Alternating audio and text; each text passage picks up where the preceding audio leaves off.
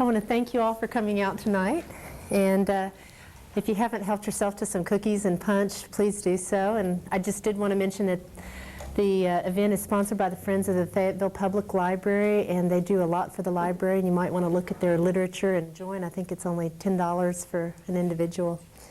And before I introduce our speaker, I also wanted to just mention the talk we're going to have in August. I've just made up the flyer, Family Economics 101. I'm sure y'all are familiar with juggling some of the things that you have to juggle. And we're going to have two speakers, Melanie Stockdale and Brian Vowles, who will talk about setting and meeting financial goals and teaching children or grandchildren about how to be responsible with money. So if you or anybody you know might be interested in that, that's going to take place on Thursday, August the 12th from 6:30 to 7:30. And this fall we're going to move back to our noon time, and I'm really excited about the speakers we have lined up. Mr. Totemeier is going to return in September and talk about planning and landscape. And Patty Irwin, who's the state forester, will talk about native trees in the urban landscape in October. And then Lisa Miller, the Washington Regional Hospital pharmacist, is going to come and do an herbal medicine overview in November. So we have some interesting things lined up. And also, I just wanted to point out, I've just pulled and brought down some books that I thought might be of interest. These on this side are the library books, and these are Mr. Totemeier's books.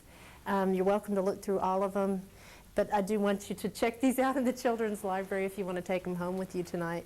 And we do have some other really wonderful new gardening books that are checked out right now, but you might want to check back in our new books section when you come in, because we have some that I couldn't bring down tonight. Carl Totemeier has been here at the library, I think, 3 times now, and every time he's just got a lot of wonderful information to share. He has been a professional gardener, has been director of the Old Westbury Gardens for years, and wrote a weekly gardening column for the the New York Times for 14 years, and then worked at the New York Botanical Gardens before moving here to Fayetteville 9 years ago. And now he farms 25 acres and sells plants and gives advice at the Fayetteville Farmers Market. And tonight he's going to actually answer your questions, just whatever gardening questions you have. Please join me in welcoming Carl Totemeier. Thank you very much, Kendall. This we want to be as informal as possible. And basically, it's an opportunity for you to fire your questions, and we'll see if we can come up with answers. Maybe if I don't have the answer, someone else in the group might be able to contribute to it. So it's a good chance to find a solution, hopefully, to some problem that you've really had for a long time and maybe haven't discovered that solution. She mentioned the books, and I think that as you look at them, you will begin to see the diversity of garden books. They really can cover the waterfront, everything from plant diseases and pests on through to selecting what plants you really want to use in your garden. One of the books that I have over there is strictly about color,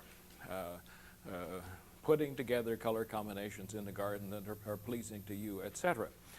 And I guess that almost brings up another thing, which basically says that it should be your garden. It should be something that pleases you. It really doesn't make any difference if some, highfalutin garden expert comes in and says, "Oh, that's all wrong." If it pleases you and you're happy with it, why, it's your garden and that's the way it should be. But anyway, there's a wealth of information. Now, we have, of course, entered the computer age, and back about 20 years ago, I was on the board of the Cooperative Extension of Nassau County on Long Island, and I remember interviewing a young woman for an extension position, and we hired her. And I got a card a few weeks ago saying that she was leaving Cooperative Extension and actually inviting me to a party for her and soliciting money for a gift. And I thought, gosh, 20 years and she's retiring already. Anyway, then she responded to my note And it turns out she really isn't retiring at all, but she's going with a new group that is putting out CDs on plants that are available for gardens. The two people who have produced the CDs are a couple of professors from the University of Georgia. One's origin basically is University of Illinois, Ohio State, and Harvard. And he's the tree and shrub expert in the country. He really is recognized as probably the outstanding authority on trees and shrubs for garden use. The other is, and his name is Michael Durr. The other is Alan Armitage, who originally came from Canada, and he got his PhD, I think, at Michigan State, if I remember correctly. He once told about his coming to Georgia to interview for the university, and he went into this restaurant in the morning to have breakfast before he went to the interview, and the waitress was there to take his order for breakfast, and he gave what he wanted, and she said, aren't you having any grits this morning? And he thought, well, this is the South, maybe I should. So he said, I think I'll try one. So anyway, he is acclimated at this point, and the two of them really are terrific, and so they have put out CD-ROM discs. Here the one on trees and shrubs, 1,474 species with pictures that you can download, etc. So in other words, you get all the information, what height it's going to be, whether it wants sun and shade, whether it wants moisture or dry. That whole business is on a set of CDs, and they'll charge you $149 for them, which is darn cheap for it, really, actually. So she's gone with that outfit, and they're putting out these things, and I'll pass those around so you can see them. Actually, that would be something that would be good for a library. Yeah, really. that's true. Because increasingly, I would assume that people are coming to use computers at library. Another source of information, and how many of you have grown up on a farm or familiar with rural America, etc., and know about cooperative extension? Okay. Some of you are probably from urban areas originally and have not been as involved, although, interestingly enough, there's a cooperative extension agent in Manhattan, there's one in the Bronx, there's one in the Queens, borough of Queens, Staten Island. Every borough in New York City has an extension agent. So basically, they're essentially in every county, I think, at this point in the United States. They have been having the same problems that a lot of organizations have had. Money is short, etc., but they're still around. And you can request information from them. The county office is out sort of on the way to the fairgrounds at the University Farm here, and they have lots of leaflets and brochures that you can get on specific subjects. If you want to know about growing blueberries, they've got a little bulletin on blueberries. If you want to know how to take your lawn, why they've got one on lawns. And I tell you, they're eager to give that information out, so eager that just yesterday I received this information from them on growing gooseberries, and I didn't request it. So I don't know what happened, but I really wasn't planning on growing gooseberries. But in any case, if you know about growing gooseberries, there it is. But in essence, they have access to the people doing the research, whether it's from their university or this university here. In other words, they're all over the country, and you can get excellent information from them. Botanical gardens, and I guess you all know that there is one in the process of being developed here. We hope that things go smoothly and that it does get underway.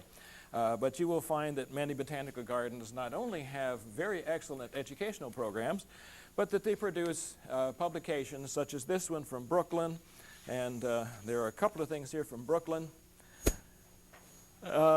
Brooklyn is noted for its handbooks. If you join the organization, and you can be in Arkansas and join it just for the publications, which is less expensive than the person who lives back there and is going to visit once a week and wants that kind of membership. But they put out these handbooks 4 times a year. each on a particular subject, and you'll find that they are very excellent. Even the Iowa Arboretum up near Ames has a good program of activities, all sorts of educational activities, tours, etc. And we'll pass their newsletter around, and you can take a look at that just to give you an idea of the sorts of things they have. There are many plant societies, individuals who have a special interest in a particular kind of plant. And here is the Journal of the Perennial Plant Association. In many ways, it tends to be maybe a little more oriented toward the grower, the professional, than the home gardener. But nevertheless, it's a good organization. And one of the things that you can find in there that is valuable is there are a lot of sources for perennials that are rare, hard to get, etc. So many, many sources of information. As far as the format tonight, you just fire the questions and we'll see if we can find an answer, either whether I can answer it or whether you can. I've done this format quite a bit. Probably the first time was I used to have a program on Saturday mornings on WHBF in Rock Island, Illinois. When I started it, the sponsor figured it was going to be too much for me to pick up the phone and answer the questions, so people were supposed to send in a postcard with a question on it. Nobody sent any postcards in. I'd spend the entire program talking. And finally, he acceded to our wishes and those of the radio station, and had a couple of hotlines that you call in. And from that point on, people called like mad, and I was usually in the station an hour after the program went off answering their questions as such. You never knew what you were going to get. It was good experience because sometimes you would have to do a little sleuthing to answer the question. They would have some problem, and they had no idea how it came about, but you'd have to go back and find out that eventually, yeah, you know, my son spilled a bag of fertilizer in that spot last year. Maybe that's the reason that the thing is dying, you know. So you sort of search it out that way and you get the answer. Now, what sorts of questions would you like to ask this evening? Okay, as long as you're on information, are there websites you would recommend? There are, and I will have to confess that I am not on the internet yet. I have not done so primarily because I'm afraid I'll get hooked on it, and I've got about an acre of perennials in pots out there, and I'm the one who takes care of them. And if I sit too long at the computer, well, I'm not going to get them taken care of. I probably will weaken this fall and go on. But most of the botanical gardens are on the internet. Almost any of the seed companies are. Nurseries, the universities with their research through cooperative extension, etc. There's a lot on there. So I'm sure that you could find a great deal of information on there. Okay, yes? If I plant a male Arctic kiwi vine with a couple of female aside, will I expect to get fruit? Yeah, Maybe? it will work. They will. You don't have to have the same species there as far as the male is concerned. And this comes back to the fact that the hardy kiwis have separate male and female plants. And they say it takes two to tango, so you have to have the male. But yes, that one will work. The one problem you get with that fancy variegated one is, and I don't know if you're aware of this, it's attractive to cats. They attack it like they would catmint, and sometimes go a little crazy. But other than that, yes, it will work to pollinate any of the other females. Well, I do have cats. Is there something else I should plant close to it to keep them off? Well, I don't know whether they're going to put a barbed wire fence around it to keep the cats away. You may find it's not a problem. It depends on the cat, too. And, you know, I've had cats that, you know, would just ignore catnip. And then you've got some that, my daughter in Pittsburgh has one that when he sees it out through the kitchen window, another cat approaching his catmint just has a fit. You know, he claws on the wood and all this sort of thing, but I've seen cats that ignore it. So I would try it first and see. I think it'll probably work. Okay, what else? What about diseases? Fungus, mouse, you familiar with most of those? Diseases, it depends. In other words, you've got a big subject. Yeah. Okay. I've got a vegetable garden. I've had it in the same spot for 5 years at least. And between the rows, I use, well, I put down newspaper and then put the mowing clippings on that. This year, I've had show up a fungus or a mold or something kind of sporadically. Some of it on the paper, a little bit on the plants. It's like you took a paintbrush. It's very thick, and there's not a whole lot of it. And some of it kind of looks like, you know, you dribble the paintbrush along. Does it hurt the plants? Not so far. Okay. One of the things that, Thick, you know. yeah, one of the things that will happen in a garden, in a flower pot, whatever, is where you have a material as a mulch or part of the soil mixture, and this can even be a soil that's extremely rich in peat moss, for example, and you get the kind of moisture and humidity we've had this year.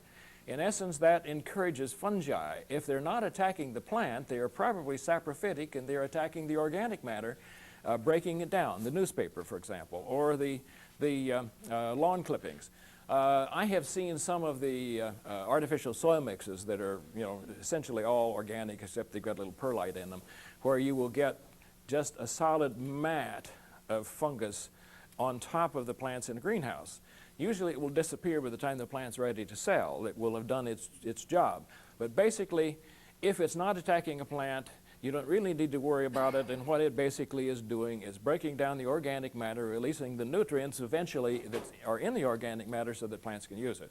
So saprophytic rather than parasitic is probably what you have. As far as other disease organisms, or parasites, which are disease organisms, the kind of season we have can be conducive to those as well. And there are all sorts of approaches to this, and one you almost mentioned, you've had your garden in one spot for the long time as such.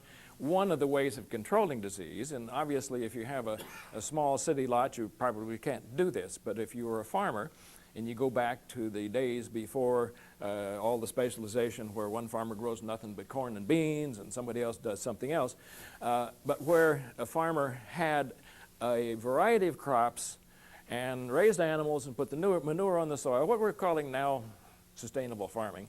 If you went back to those days, in other words, you had enough land and you rotated the crops. You grow this crop on here 1 or 2 years and then you put something else in there. And in effect, that broke the cycle for the disease, and the disease would die out or at least diminish in the soil by the time you came back with that same crop again. And that is not happening, of course, with the intensified approach to farming today, to the point where they tend to have to use fungicides very heavily. Well, I've got like 5 or 6 between rows, and it's only on one row. Yeah, yeah. And But if it's not attacking plants, it's I just wondered if it was saprophytic. something that might, you know, spread all over the Yeah, garden. no, I'm certain, and particularly if you're seeing evidence of the mold itself, why it's at this point it's undoubtedly that. There are other approaches. One of the big problems, particularly with woody plants, trees, and I went to UCLA, did graduate at UCLA many years ago, when they were attempting to solve this problem. And actually, one of the outcomes of this is the container nursery industry, because the approach of the University of California system, as they called it, was that the plant never got in the ground until you planted it in a yard, and all the way from the time it was propagated until it went in your backyard, it was under essentially sterile conditions. The soil was sterilized. It was put on some sort of a surface that didn't promote pests and so forth. Because what they had discovered was this. You propagate a plant, maybe it's from cuttings, maybe it's from seed. And how many have grown plants from seed on the windowsill? And the little plants have gotten about so tall, and then they begin to keel over. Okay. Well, those are fungi called damping off fungi. And damping off basically is that they attack a tiny seedling, a tender seedling, just above the ground line, and the stem shrivels and the plant falls over, and that's it. Okay, so that's only happened over here. So you salvage these plants over here, and you plant them out, and they grow just fine and so forth. Somebody plants one of them in the backyard, and it thrives. It does beautifully. This is a wonderful shade tree, 10 years of age, and boy, you know, I can sit under it with my lawn chair. And then along comes a wet season, and the tree dies, apparently for no reason. Why? Because it didn't die, but it had this infestation of this organism that can also manifest itself as a root rot later in the life cycle of the tree. Up to the point where it died, the conditions favored the plant.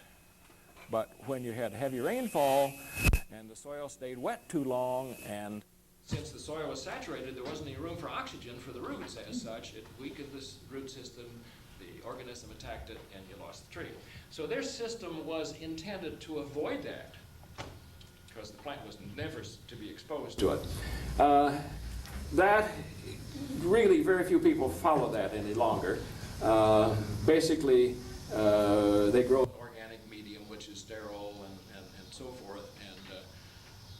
And there are two ways of looking at it. One is that if you start with everything sterile, you have basically no competition, because you have eliminated the desirable organisms, microorganisms, as well as the undesirable ones. Therefore, you do not have the competition, antibiotic sort of reaction, if you will, between the organisms.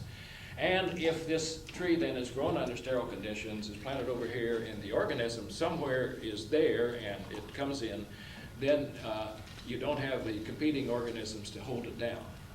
So the philosophy at this point is, yes, you don't expose them intentionally, but in essence you give them the best environment you can, and that you hope that there are some of these saprophytes and some of the other organisms that are not disease organisms that are there that tend to compete with them and keep them in check.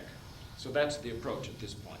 And one of the things, by the way, that helps keep organisms in check in pots, whether it's the nursery that's growing them or whether it is you that are growing them on your patio, is a soil mix that has bark in it. Whatever it is about bark, it tends to create an antibiotic effect and hold down root rot organisms.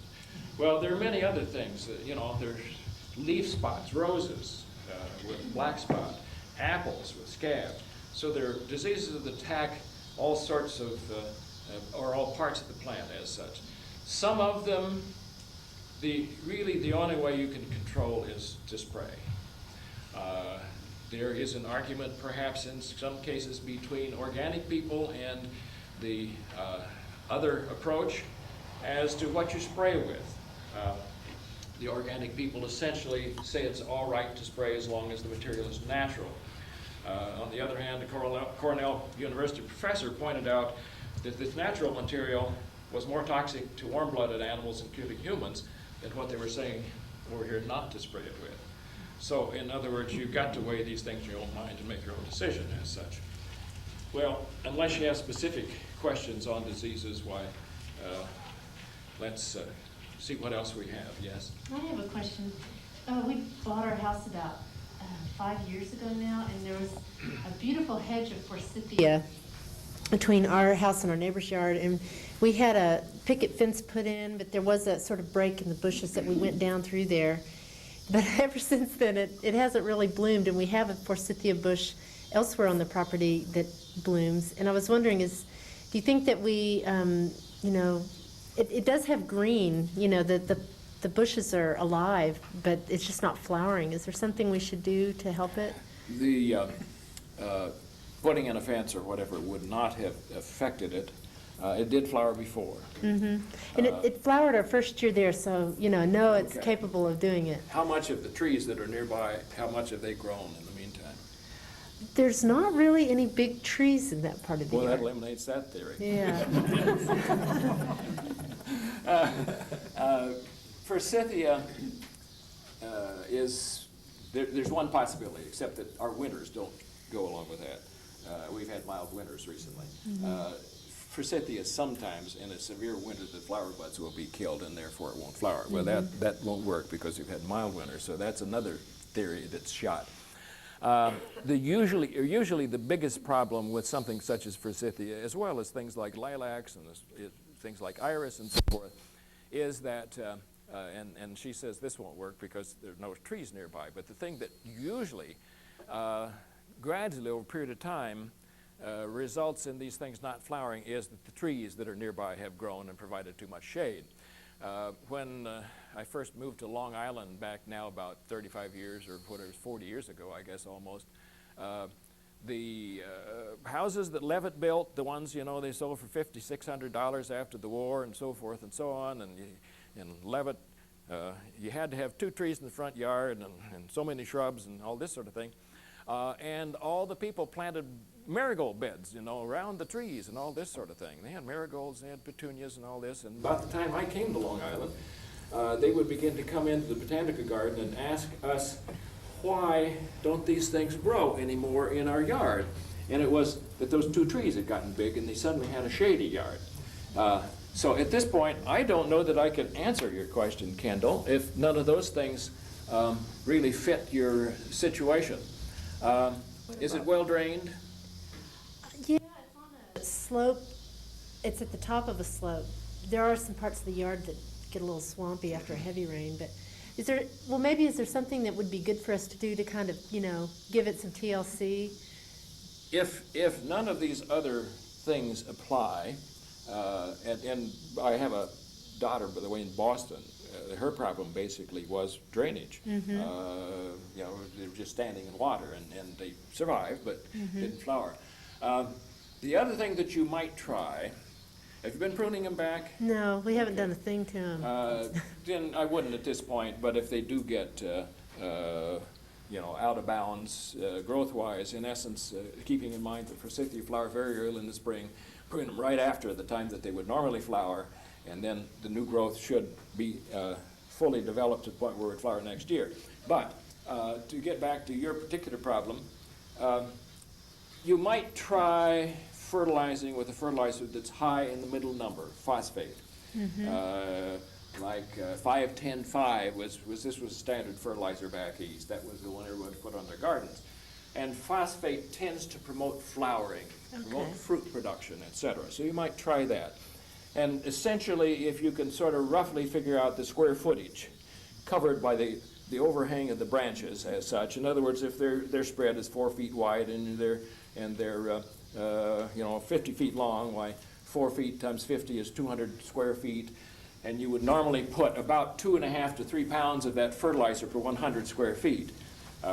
So you just divide 100 into how many square feet you have, and that tells you about how much of the fertilizer to use. Try that and see if that works. And when would it be a good time to do it? It would be, actually you could do it now. Normally you would suggest for flowering or fertilizing flowering shrubs and so forth that it be done either in the fall, about the time that the leaves begin to turn. In other words, it will absorb that fertilizer and will be in the plant ready to boost it in the spring, or the first thing in the spring before growth starts. Some people choose to split and put half the application on in the fall, the other half in the spring, and that way it spreads it out a little bit more. But if you got a problem, it wouldn't hurt to do it now. Could the fence have changed the shade characteristics of it? Well, unless the fence is making shade. It's picket, so I think that it's getting plenty of Normally light. that wouldn't bother it. If it were a solid board fence, it could, if it were giving too much shade. Basically, as a rule of thumb, in this particular part of the country, if the book says that a plant wants sunlight or is a full sun plant, take that to mean a half a day or more of sun. We are far enough south, in other words, that the sun can get pretty strong and pretty hot in the middle of the summer, and even sun-loving plants can benefit from a little shade. Yes, if she had a tall fence that was solid, why it could be part How of the much problem. should you fertilize iris?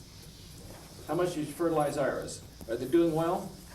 Well, some of them aren't, some of them aren't, and they're all in the same general location, they get quite a bit of sun. Okay. One of the things you can do, by the way, is to take a soil sample to Cooperative Extension, or maybe go there first. I think they, I have not done it here, but I think they have a little box that you can get to put it in, and they have instructions that tell you how to collect it.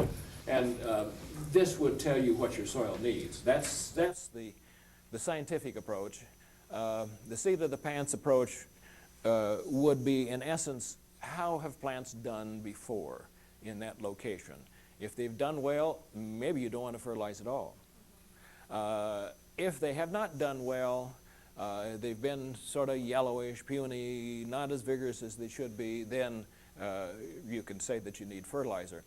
And essentially, depending on how they have done, if you're just not quite satisfied, but they're still pretty good, what I mentioned over here, about 2.5 pounds of a general fertilizer per 100 square feet, or 10 by 10, will suffice. And you can put that on, as I say, in the fall or early in the spring before new growth starts as such. If, on the other hand, really they have been very puny, just so weak that, you know, they look as if they're about ready to die, No, then they I would didn't bloom boost that this to year. about 4.5 to 5 pounds. They didn't bloom this year. Fertilizer. Last year they bloomed, and this year I was gonna mark the colors when they bloomed Yeah, and okay. separate them. How long have And they been there? didn't. 20 years, Okay, try dividing them. but I don't know what color they are. You don't get just enough bloom here and there that you can tell them. This brings up actually dividing perennials. Some perennials can go darn near forever without needing to be divided. You know, a hosta, as long as a hosta has not exceeded its allotted space, it doesn't need to be divided. A peony really, probably at least 15 years on a peony before you really need to divide it.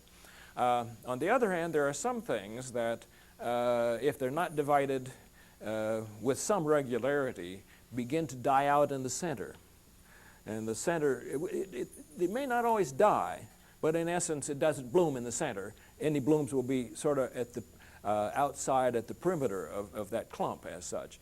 And that's a good clue when you see that begin to happen, that you do need to dig, divide it up, chop it up, discard the center portions, the old portions, and anything you replant is from that perimeter where the material is younger.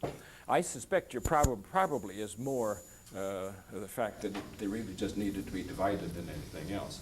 You might try, however, since they are, if you want to, wait another year on it, you might try the fertilizer and see if that gives them enough of a boost that you begin to get enough flowers to be able to identify them. No rots has been No. detectable. No, I divided part of them last year because I was able to mark them, and they seemed pretty healthy. Sometimes with the German iris, you will get the iris borer. They will bore into the old rhizomes, and basically that provides a wound into which you get, a rot. And you'll find that sections here and there will rot. But if you don't see any of that, well, then you really don't have that problem. Okay. Next question. Yes, sir. I've got what was supposed to be, at the time we got them, Dutch iris, but they had not bloomed before where they were, and that it was way out of this area down in central Arkansas. And we've had them for 4 or 5 years and they haven't bloomed. And we were looking into doing some research on irises, and we just wanted to make sure that this wasn't something besides a Dutch iris. The Dutch iris are bulbous. They have a bulb. This one has a rhizome. So I would question whether it's a Dutch iris. Do you know where you got it? Did you dig it and bring it with you, or did you buy it someplace? No, we didn't buy it. It was a friend of ours. It had been on his grandfather's place for 70 or 80 years, and he gave it, you know, he dug them up and said, I'm gonna throw them away, why don't y'all take them and see if you can make it do any good with it? Did it flower at all for him? No, it didn't flower for us. Yeah, okay. There are two possibilities. One, it conceivably could be one of the Louisiana iris, and they thrive in a bog, in water, basically, or where it's real wet. Sometimes they will do all right where it's well drained, but basically they really want that moisture as such. And conceivably, it could be that this might be a Louisiana iris, and it's not flowering because it's not planted in that boggy sort of situation. The thing, however, that probably strikes me more is that it is one of the related plants, the so-called flags or water iris, and some of the times they do not flower, or the flower is so insignificant you don't realize what it is. And it's the generic name, botanical name is Acorus, A-C-O-R-U-S, rather than iris. They're closely related, but they don't flower in the same way as the others. And just looking at it, it looks like it conceivably could be one of those so-called flags or water iris, would be my guess. If it is, unless you have a pond or a bog or something where you want that effect, probably you would just as well discard it and plant something else. Would be my guess. I would be almost willing to bet that it's one of those flags. Any other questions here? Yes? Can you do anything about wild garlic in the lawn? Wild garlic in the lawn. I have a nephew that likes to eat it. It's called salad. You can kill wild garlic in a lawn if you are patient and willing to put enough applications on with 2,4-D. But it's going to take maybe 3 or 4 applications to do it. I would do it anytime, and then as you see it come back, or if it's not completely killed, maybe turns sort of brown or something, well, then follow up a few weeks later. But it's going to take several applications to do it. And it's kind of strange because 2,4-D is intended for broadleaf weeds, and the garlic is not broadleaf. But it will, if with enough applications, it will control it. But it won't hurt the grass. Good. Okay. Other questions? Yes. What fertilizer do you use for hanging baskets in full sun at the verbena? Hanging baskets in full sun. To begin with, of course, a hanging basket in full sun requires a lot of water. At least once a day, probably when you get in the middle of summer, maybe twice a day. That much water leaches the nutrients out of the soil, and then the plant becomes starved. So you have to fertilize it fairly regularly, and it depends a little bit on your approach how frequently that would be. One approach is to put a slow-release fertilizer such as Osmocote. Familiar with it? The little round pellets? That's what I use in the beds, but I don't know about plant hanging baskets. If you pot up your own hanging baskets, mix that in with the soil, or you can put it on the surface. It's really more effective mixed with the soil. Basically, what you would do and I know your hanging basket's bigger in this, but a 4-inch pot that's 4 inches wide takes a teaspoonful. A 6-inch pot would take about a soup spoonful. An 8-inch pot, a tablespoonful, and you sort of go up in increments. You're not going to hurt anything because the nutrients come out, diffuse out of those pellets by osmosis, and they only come out then or diffuse outward based on the deficiency in the soil where they're laying. So in other words, if there's nutrients in the soil, at a certain level they're not going to diffuse outward into it. So it's pretty hard to burn with it. So that's one approach. The only thing about that is that very often with that heavy watering in the summer, they just don't release those nutrients quite rapidly enough to do it. So even with Osmocote, you might once a month or once every 2 weeks want to supplement with a water-soluble fertilizer such as Miracle-Gro, Peters, etc. Well, I just bought some. That's the reason I was asking. I thought, well, I'll check on. They had a new one, and they said for better bloom and plants, and it said, and it was a 105210, and it's by Miracle Grow. And then I looked at a Peters and it was like 2020, and I just got confused, and I thought, I'm coming and find out what to do. In theory, the higher the middle number, the more it promotes bloom. On the other hand, with the 20-20-20, in essence, the thing that is going to be leached out most rapidly out of that are the two things, are the two end ones. In other words, nitrogen and potassium are going to leach out more rapidly than the phosphorus in the middle. It's a toss-up. Either one will do the job. Personally, I would tend to use the 20-20-20, even though I used to write copy for Miracle Grow.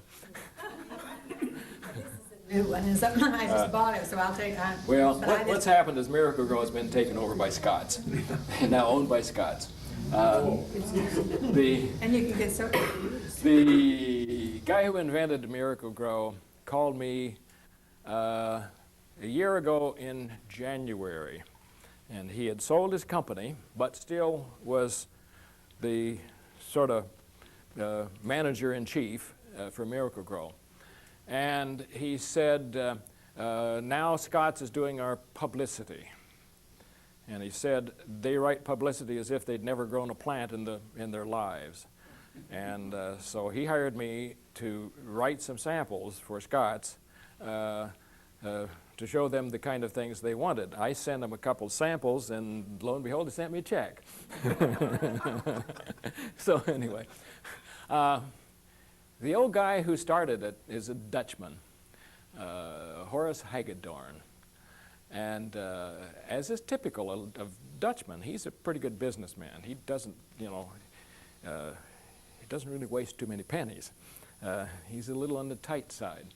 On the other hand, he is one of these people who now has adopted kids in certain poor neighborhoods in I forget what grade it is, but starting at some grade, and provides tutoring for them, and helps them get through grade school, junior high, and high school. And if they get through high school and can qualify to enter a college, why then he gives them a scholarship. So old Horace is all right. Underneath that tight surface, he's a good man. Yes. How do you split up a shamrock plant? I mean, I've done it before, but then it's taken years, 2-3 years for it to look robust again. Yeah, that will happen with some things. In other words, it just takes a while for them to shape up. So that's normal? That's normal? It's probably normal. Have you let them go dormant before you did it? No. Or did you do it with life? Probably the best thing with most shamrocks would be to withhold water, let them go dormant, and then dig in the soil, and most of them will have a corm or a tuber of some sort. And at that point, you may find that there are actually they may have divided themselves, and all you have to do is pull them apart. So I check for that first. Otherwise, you can just cut them in two. It might be one of the things you might wish to do before you repot one that has been cut in two, is to let it lay on a counter for a while, or a table, or whatever, exposed with that cut surface exposed to the air, because that will allow it to dry. And then when you do that, it's like potatoes. You used to cut potatoes before you planted them, and you let them lay there a while, and they got a sort of a corky surface that prevented rot. Well, that's something you might try with those, because then there would be less danger of any rots entering that cut surface when you repotted them. But if I were you, I'd let it go dormant. Just withhold water when you get ready to do this, and then dig down, investigate, and divide at that point. Let me ask you just one more quick about the shamrock. I have a friend who has a gigantic purple shamrock, and I've asked her for to get a little bit of it, and she's real leery about me getting any because she's had a really bad experience with transplanting one and then it died. Well, so I can't let hers go dormant. Can I just just get a Well, little edge other than, of it. in other words, in the winter, is this outdoors or indoors? Hers is outdoors, Okay, it's gonna die back in the winter. but she'll take it in. Oh, she's gonna take, yeah, Yes. okay, she's not gonna protect it and leave it out. Well, your best bet may simply be to get the right catalog and order one. I wanted to slip over there and just give a little tutor. And maybe it's a little difficult, because she may have problems with it. One of the things she mentioned also, Calvert, brings up dividing things such as hostas. Again, you can divide a hosta anytime you want to. You're not going to kill it. But if you divide it in the middle of the season, it's going to be lopsided the rest of the season. If you divide it in the early spring, just when they begin to pop up out of the ground, then what develops will be symmetrical. Or if you divide it in the fall, as growth begins to die back, then what comes up the next spring will also be symmetrical. But doing it in the middle of the season, it's going to be sort of lopsided through the season. The other thing is that it usually takes from 2 to as much as 5 years, and see, this ties in with your shamrock as well, for that hosta division to get up to full speed again. In other words, to reach its maximum size, to reach its maximum leaf size, to reach its true color may take from 2 to 5 years. 2 years for the smaller types that just are going to only get maybe 18 inches or so across. 5 years for the ones that are going to get to be 4 feet across. It just takes that long for them to recover. And that ties in a little bit with your experience with the shamrock. Yes, ma'am. Can you cut those hostas back and make a stronger plant? You can cut them back, and in fact, somebody told me you go out and stomp on them. Basically what this, in theory, does is that if you have one of those big ones that's very slow to multiply, again, the smaller ones will throw up, you know, multitude of shoots the second and third year, and first thing you know, they're nice and full. But the big ones sometimes can go on for 3 or 4 years with just one stem. And the person that says stomp on them basically is addressing that situation. And yes, if you stomp on that thing, you kill that growing point and you force new growing points to develop up from the crown. There's a better system, and I guess I don't have any way of drawing it out, but that better system, if you can't wait, is to scrape a little of the soil away from the crown, and here's the stem going up. You take a very sharp knife and you push it through the base of the stem, clear through, and then you push down to the point where you're cutting through the crown. And if you really want to take risk, you go through from the other side and you cut down. And that will have the same effect, except that it will not, if you do it carefully, have any effect on the appearance of the top. But by the next year then, you will get new buds that will form on each of these places where you've cut, you see, and it will multiply or will fill in more quickly than it would otherwise. You probably have to, you know, be a qualified surgeon to do this, wear a mask and all that sort of thing. But it really will work. These folks here were talking about deer earlier on. Now, let's go to him first. I just have some summer squash at Summer Creek Neck, and yesterday I found a whole raft of little tiny green spiders. What are they? What do they do to my plant? Are your plants, do you see any problem with it? Yeah, the leaves are starting to turn yellow in certain ages, and you know, in certain areas. Normally, spiders would not affect them, and I would say that if there are true spiders, they're just you know, happenstance. They just happen to be there. The problem with most squash tends to be the squash bug, sometimes cucumber beetles, that will feed, and then they carry the disease organism for wilt, and then they will wilt. You can control those things with something like rotenone 7. Have any of you used bio-neem? You know about neem, N-E-E-M? Neem is from a tree called the Azadirachtin that grows in India, and over there they've used it for everything from worming kids to spraying their crops. Here a few years ago they really got interested in this country, and actually it was W.R. Grace that commercially developed initially, and then they sold their interest to other people and so forth. But you can buy it. But it's an organic material, an extract taken from this tree that is really not harmful to any of the plants. You can use it on vegetables. It's approved for vegetables, etc.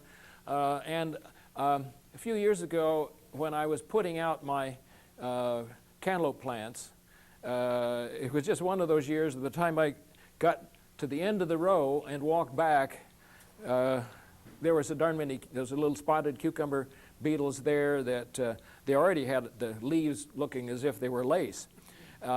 So I ran in right quick and mixed up a batch of that BioNeem and sprayed it over the top of these hills, and by the time again I got to the end of the row and came back, they were all laying there, you know, rest in peace underneath the plants.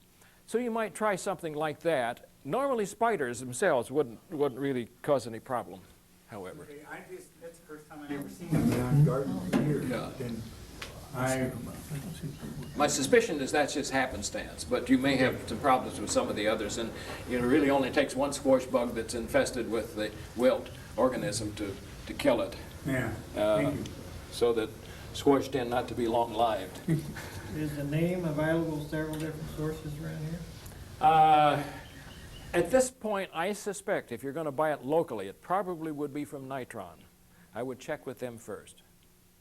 Has it, Do they? it's called a rose oil, but neem is the ingredient. The name can vary because there are now several companies that are producing it as such, and I really haven't checked any place other than I suspect Nitron would have it. But and yes, don't go to Walmart, don't go to Lowe's, but if you check other places, go to one of the quote legitimate garden centers, unquote. Any other questions? Yeah. Pruning roses. We've lived in Michigan and in New Orleans, and depending on where we are, we prune different times of the year. Do you cut them way back in the late fall here? Normally, for hybrid teas, floribundas, grandifloras, etc., the only pruning I would do in the fall is to get them to a sort of a controlled height. In other words, so that they don't do a lot of whipping back and forth in the winter winds. And then I still would wait until early spring when the buds just begin to break, and at that point you can see how much they may have killed back or what the problems are, and then you prune accordingly. But I really wouldn't cut back severely in the fall. Yes. We just recently purchased some 1 gallon azaleas to put in, and when we taken them out of the pots, they were really root bound. What do you do? You butterfly them. Okay, so that's kind of what we did, and I was wondering if we were going to be sorry. Yeah. This is a problem very often with container-grown, particularly woody plants, shrubs, trees, etc., is that if they've been in those pots long enough, those roots may completely circle around the inside of the pot. And it may be so root-bound, in other words, that they don't actually even want to leave that ball to get out into the soil. And one approach is the butterflying, which in effect, you take the pot off and then cut up about halfway from the bottom, cut clear through, and then actually just spread those two halves like the wings of a butterfly. It's one approach. Another is simply to take a sharp knife and just in the outer edge of that ball, just slice in about, half an inch or an inch on 3 or 4 spots, or in 3 or 4 spots, and cut those roots. And you can tease them out a little bit if you want to, although you probably really don't have to. This brings up all sorts of questions, however. We were all taught to, when you were planting a tree or whatever it happens to be, to make that soil and then hold just the kind of soil your fingers love to run through or to feel. A lot of the, I shouldn't put it that way, but many of the research people in the country now that do deal with trees and woody plants say in essence, if you prepare the soil too well in the hole, the roots don't want to leave it. They stay in that good soil and they don't go out into that clay where you're going to have to grow eventually. So really, in essence, they're not recommending that you do the same job of preparing that soil that we were all taught to do. The exception would be, obviously, if you had terrible soil where, in other words, you're really going to have to do it in a big area so that trees got, or those roots have got room to develop and spread out. Root girdling is a problem with trees particularly. Keep in mind that that little root that's going around the pot in this little pot in a tree is going to be there when that tree gets so big. And if that root is still there, in essence, as the tree grows within that circle, the root is going to girdle it. So that's another important reason for cutting those outer roots as such. If you have a tree that is emerging in the ground and instead of flaring, I could turn this over the other way, except I'll spill my water, but if it flares up out of the ground, you don't have a problem with root girdling. If, on the other hand, the trunk tends to go straight right down into the ground, you probably have a girdling root. And if you can get them early enough, digging the soil away a little bit with a chisel and a hammer, you can cut those roots and save them. However, they can actually kill a tree if something isn't done about it. They were talking about deer earlier on. How many of you have a deer problem? Okay. How did you solve it? She shot the deer. Probably no problem is more universal from coast to coast than deer. Many years ago when I was writing for the New York Times, I had picked up a publication from California that listed a bunch of plants that deer didn't bother in California. And I looked at the thing, and there were quite a few of them you could grow back in New York. So I did a column for the New York Times and gave this list of plants and described, you know, where I'd gotten it from and said I wanted feedback. You know, did the deer eat these things at your place? And if you have any other plants they don't eat, why, send them to me. Maybe we can compile a list of plants that deer don't eat in the New York area. I got hate mail. The deer ate everything.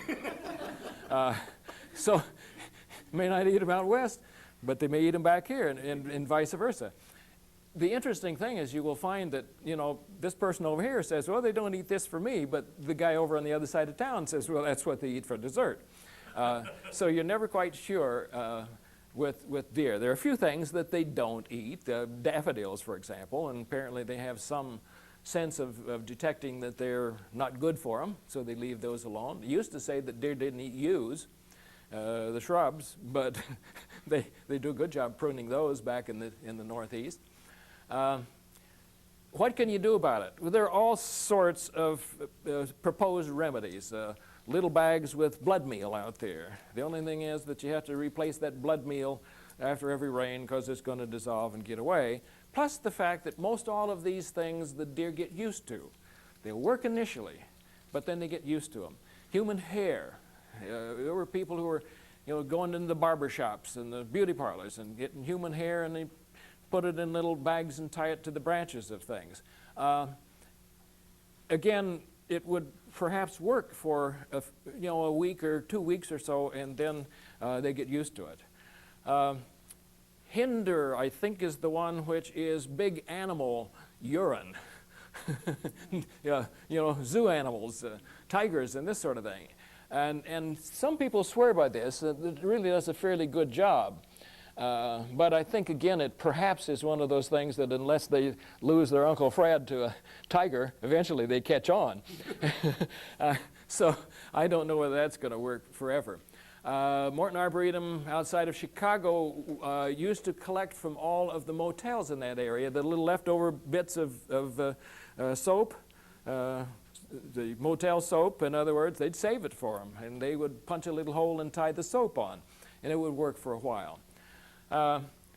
At a branch of the New York Botanical Garden, Cary Arboretum, which is 90 miles north of New York City, we had a wildlife specialist that did research on it, and what he discovered is that, you know, a mature deer can jump an 8-foot chain link fence. You put the fence this way and they won't jump it. Something about the fact that they can't judge that horizontal distance, apparently. But, you know, how many of you have space to put an 8-foot fence on its side around your backyard? It might work just fine, you see, for a nursery or an orchard or some such thing, but it really isn't practical for the homeowner. Probably the best system that I saw, or the simplest one, was at the Iowa Arboretum up northwest of Des Moines. And they are right beside a state park and right beside a state 4-H camp. And, you know, it's all wilderness and deer all over the place. And they were having a heck of a time getting an arboretum started. They plant a tree out and, you know, the next day there's nothing left but the trunk. What they did was to put PVC plastic pipes in the ground in concrete as a post. These were drilled, and they ran wires through those. In other words, the plastic pipe was both post and insulator. And they ran wires through for electricity. And then when they finished it, of course, they hooked up an electric charger to it. And the secret, however, was the next step, and that was that they went around and, like every other section of fence, where they would put pieces of aluminum foil that would kind of, you know, float in the breeze a little bit and wave and attract their attention. And then they smeared them with peanut butter and turned on the charger. The deer came to get the peanut butter, and zap, they got a good charge, and they could turn it off for a month before they would come back again. Now, how many of you are in a position to put a fence like that around your backyard? See, that's again one of the problems, is that it will work out in the country, but in the city you probably can't do this. So I don't know really what the solution to deer is. What about a pack of beagles? Maybe about as good as, you know, anything. And most beetles don't bother gardens too much. Beagle dogs. Beagle dogs. Yeah, I know. Yeah. Yeah. A neighbor up on the hill above me has got them, and they don't really bother my perennials too much. They're around. They keep yelping all the time, bugling, as I say. Yeah. But in essence, they're looking for those rabbits and stuff, and I've never really seen them even cut through a bed of perennials. But in any case, yeah, something like that. But then, what's your neighbor going to say when they begin to bark? There isn't really a good, clear-cut answer, I don't think, to the deer problem. Again, it's one of those things where, in essence, we have eliminated, for the most part, their predators, and they just build up in such numbers, and they happen to be one of those things like the cottontail rabbit and the gray squirrel that adapts well to civilization. And there were places on Long Island. Actually, one of the gardens where I worked was separated. It was a state park, and it was separated from another state park by a residential area. And these deer kept coming back and forth through these people's backyards from one place to the other, and we would get these calls, "Your deer are in my backyard again." And there wasn't a heck of a lot you could do about it. And in a heavily populated area such as Long Island, you know, there was just no hunting as such. Well, none to speak of. This is a little like the New York Botanical Garden. I lived on the grounds, and if we went someplace in the evening, we would come in, and the road was sort of circuitous, and your headlights would sometimes shine out over the lawn, and you'd see maybe 10 or 15 rabbits out there gambling around, you know, at one time. And we really had problems because they were eating everything off that we would plant. So knowing that we were in the city, in essence, we called, and there is a wildlife specialist in New York City, wildlife officer. So he really has nothing to do with, you know, 42nd Street. He's really a wildlife officer. So we called the guy and asked him, you know, what we could do. Well, no, you can't trap him. That would be one way, except you can't get a trapping license in New York City. No, you can't shoot him because you can't get a license to shoot him in New York City. He went through this whole thing, and finally the fellow who called said, well, he said, what would you do if you were in our shoes? He said, I'd shoot him. and we knew that if we did this, that the neighbors, you know, would be really down on us. But we happened to have two real good marksmen who had the pellet guns. Not much noise. You know how many they got the first night? 132 rabbits. And the next day you couldn't tell where they got them. So anyway, pellet gun worked just fine. Okay, what else we got here tonight? Don't tell me we're out of questions.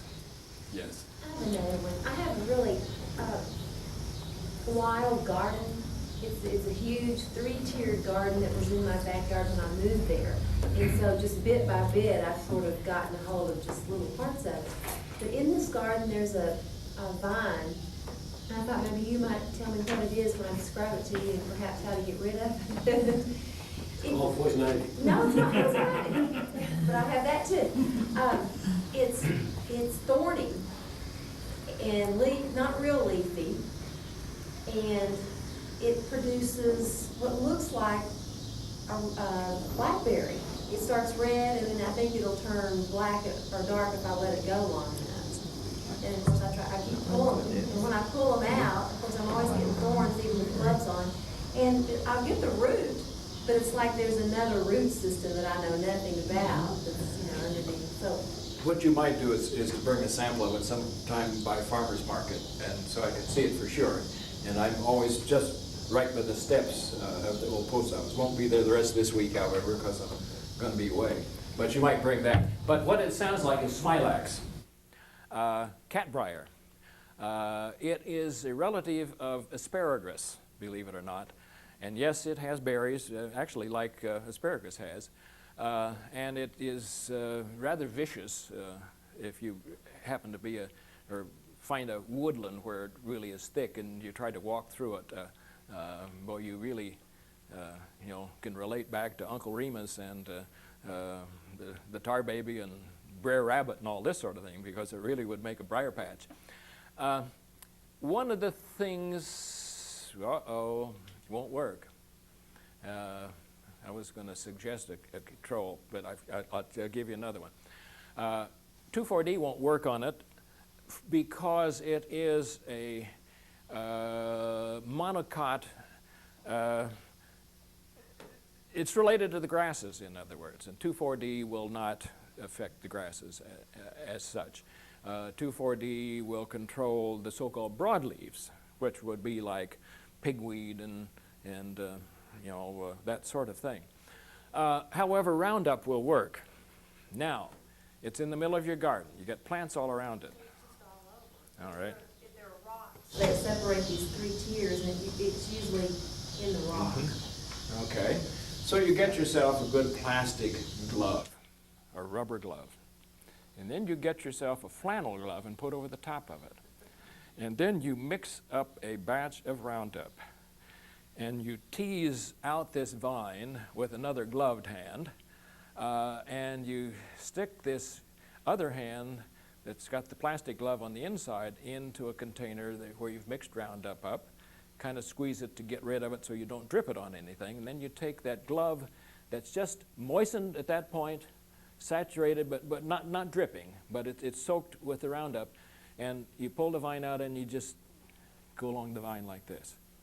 And that way you will not get it on the other things. And that works on poison ivy, for example, if you've got it. On which? Grapevine. It would work on grapevine too, yeah. The wild grape, birds have blessed you. One thing that will kill kudzu? I think that probably these brush killers that you would get at this point, have you tried any of them?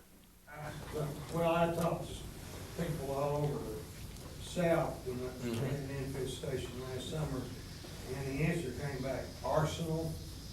It's a very heavy-duty herbicide, and they said that was the only thing that would kill it. The arsenicals, in essence, they will also kill the trees.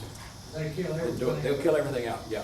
They're the sorts of things that they very often use along railroad tracks and railroad yards to kill everything. At this point, the only one that I'm aware of, can't think of the name of it. There's an ortho one that's put out that kills instantly anything. Gosh, I can't think of the name of it. But in essence, yes, the arsenicals would work. But again, they're going to sterilize the soil for a time. They're going to kill everything. Is that a pellet You can get it, you used to be able to get it in a granular form that you could spread, or in a liquid form, either one. But that would do it. I would like to try some of these so-called brush killers. Actually, if you were to go back, I think, to 2,4,5-T, which was Agent Orange, that would have done it. But then with the Agent Orange problem, you see that one was phased out. And 2,4-D is not strong enough to do it. It'll kill herbaceous things, in other words, the non-woody weeds. But I would try, I'm not too certain what these new brush killers have in them, to be truthful to you. I don't think you can get 2,4,5-T anymore. You can't get that, no. But there are others. One is Baylan, for example. And Baylan mixed in with the 2,4-D, in essence, if some of it hits the soil, it actually can be taken up through the root to kill. So I don't know about Baylan on kudzu, but I would be willing to try that sort of thing too. But yes, the arsenicals would work, except that they literally sterilize the soil for a while. Is it time to cut the peonies back, the peonies or peonies, whatever? I would prefer, is the foliage good? No, it's getting brown, turning brown, Okay. spotted. Usually brown foliage is the result of botrytis, blight. It's a fungus, and the quicker you can get it out of there, the better. Now, normally if your foliage was good, I would wait until fall before I do it, because that foliage is still feeding those roots and those buds for next year. But if you got botrytis, at this point, at this time of season, the best thing would be to cut it out. Now, if you've had this problem, what I would do is next spring, about the time that you first, usually it'll begin to appear about the time that the buds get big enough you begin to see them, about the size of a pea in there. And that's a good time to start spraying with a fungicide such as benlate. Benlate or benomyl, B-E-N-L-A-T-E or B-E-N-O-M-Y-L. That should take care of the botrytis. And this year, with the humidity and the rains we've had, this would contribute to it. Sometimes you can get the same problem with tulips. And if you've had that problem with tulips, then again you want to probably begin spraying just about the time they come out of the ground to get it cleaned up. And the long-term solution to that would be to plant your tulips somewhere else, because it probably is living over from season to season in organic matter that's in the soil. Leaves that have fallen to the soil, etc., and are decomposing, but with that organism there. That bloomed beautifully. I mean, Yeah. they were just covered. Yeah, it probably got started about then, not in time to affect the bloom as such, but then it's continued to develop because of the weather this year.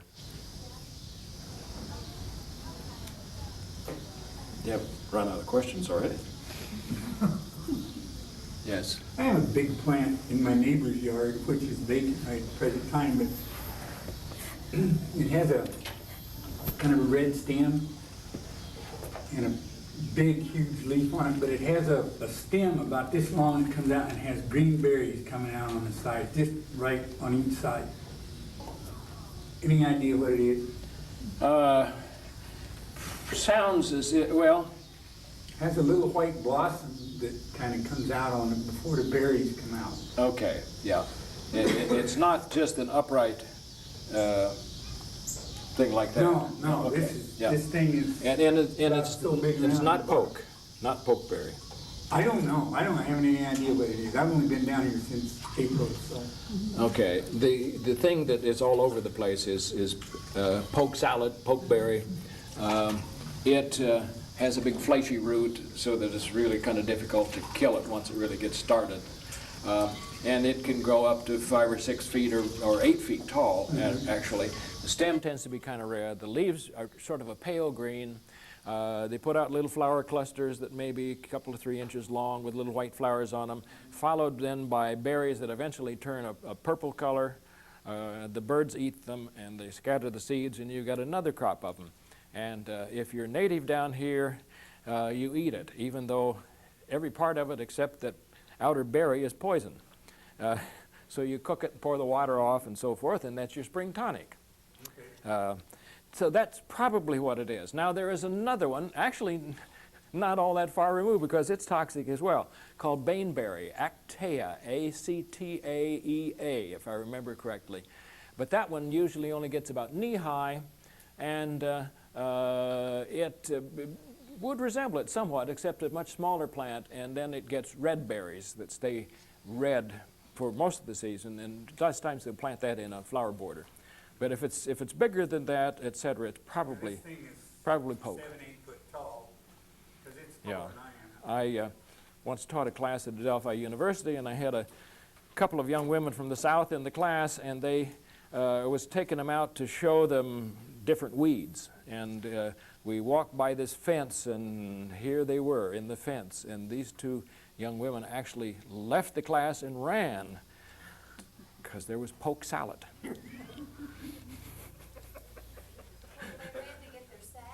To get it, or they ran away from it? Oh, they're just glad to see it. It reminded them of the South. I used to go out with my mother, who's actually from Iowa, but my dad was from Arkansas, and of course he liked poke salad. Yeah. We all learned to like it, but she said everything was poisonous, but the tender top leaves. And so when I helped her pick it, I always just had to get the toxin. Yeah, you will have less of the toxin in those, and many people pour that first water off at least. It is canned by Allen Canning Company. They can some 200,000 cans a year and ship it to California for the people who left this part of the country for California during the drought years and the Dust Bowl, etc. The counterpart of that is that if you're from New England, Vermont in particular, you eat the so-called fiddle leaves of the ferns that come up, where it comes up and you get that little curl, particularly the cinnamon fern. And there's a company up there that cans fern fiddle leaves. Basically, they're the equivalent of asparagus. You use them as you would asparagus, and so they're canned ferns up there, and they can poke down here. Now, the stems of the poke, cut like okra and fried, is delicious. It has. Keep outside broom handle and slice it up. Oh, it's the best eating you Never heard of that. You tried. What it really boils down to is that probably almost anything is edible if you know how to use it. And if you haven't got something better to eat. Okay, we have exceeded our allotted time, I think. Not that I'm, necessarily anxious to go home, but if anybody has any quick questions, I'll be happy to answer them. Otherwise, I suspect that maybe it's time to let you folks adjourn. Thank you so much for coming and talking to us. You're most welcome.